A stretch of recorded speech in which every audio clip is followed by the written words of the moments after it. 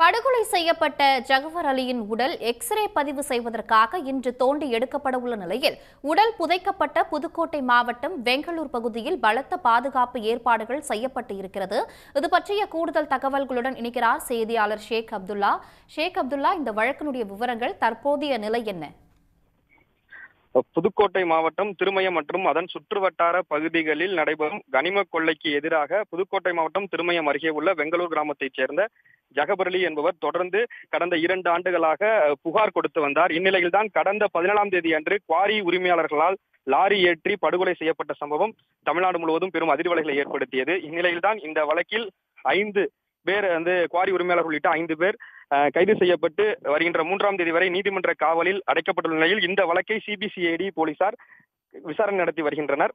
இந்நிலையில்தான் இந்த வழக்கில் உடற்கூறு ஆய்வு செய்யப்பட்ட ஜகவர் அலியின் உடல் முழுமையாக முறையான வகையில் உடற்கூறு ஆய்வு செய்யப்படவில்லை, தடவியல் நிபுணர்களை வைத்து முறையாக செய்யவில்லை என்று ஜகவர் அலியின் மனைவி மரியம் மதுரை உயர்நீதிமன்ற கிளையில் வழக்கு ஒன்றை தாக்கல் செய்திருந்தார்.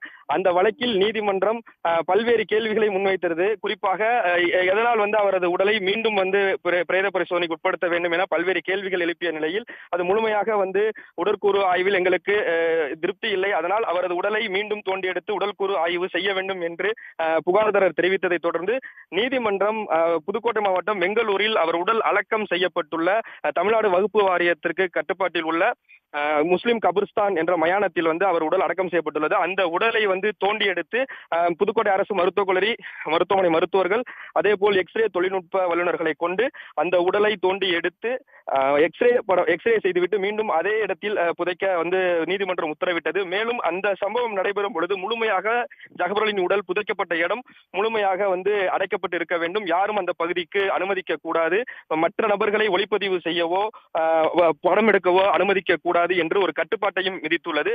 அதனை முன்னிட்டு தற்போது அடக்கம் செய்யப்பட்டுள்ள அந்த வெங்களூர் கிராமத்தில் உள்ள முஸ்லிம் கபிரிஸ்தான் அந்த இடத்துல காவல்துறையினர் ஏராளமானோர் குவிக்கப்பட்டிருக்காங்க.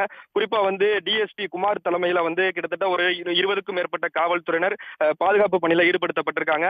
அந்த ஜகவர் அலியின் உடல் அடக்கம் செய்யப்பட்ட பகுதிக்கு இரு சாலைகளிலும் சுமார் 200 மீட்டர் தொலைவுக்கு பேரிகார்டுகள் அமைத்து யாரையும் உள்ளே செல்ல அனுமதிக்காமல் காவல்துறையினர் பாதுகாப்பு பணியில் ஈடுபடுத்தப்பட்டுள்ள நிலையில் இன்னும் சற்று நேரத்தில் அவரது உடல் தோண்டி எடுக்கப்பட்டு மருத்துவர்கள் அவரது உடல் எக்ஸ்ரே செய்யப்பட்டு மீண்டும் அதே இடத்துல வச்சுதான் அந்த எக்ஸ்ரே செய்ய போறாங்க. எக்ஸ்ரே செஞ்சுட்டு மீண்டும் அதே இடத்துல அடக்கம் செய்ய போறாங்க. குறிப்பா இந்த சம்பவத்துல வட்டாட்சியர் முன்னிலையில், திருமயத்திற்கு ஏற்கனவே இருந்த வட்டாட்சியர் மாற்றம் செய்யப்பட்டு புதிய வட்டாட்சியராக ராமசாமி என்பவர் நியமிக்கப்பட்டிருக்காரு.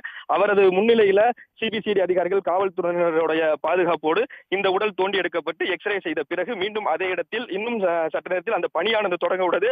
அதற்கான முன்னேற்பாடு பணிகளை வருவாய்த்துறையினரும் காவல்துறையினரும் ஈடுபட்டிருக்காங்க. குறிப்பா இந்த வெங்களூர் கிராமத்துல அந்த உடல் அடக்கம் செய்யப்பட்ட பகுதி முழுவதும் காவல்துறை கட்டுப்பாட்டுல இருக்கு. இன்னும் சற்று நேரத்துல மருத்துவர்கள் அதே போல வட்டாட்சியர் உள்ளிட்ட அதிகாரிகள் இந்த பணியில ஈடுபட உள்ளாங்க. உடனுக்குடன் செய்திகளை தெரிந்து கொள்ள சன் நியூஸ் பெல் ஐகானை கிளிக் பண்ணுங்க.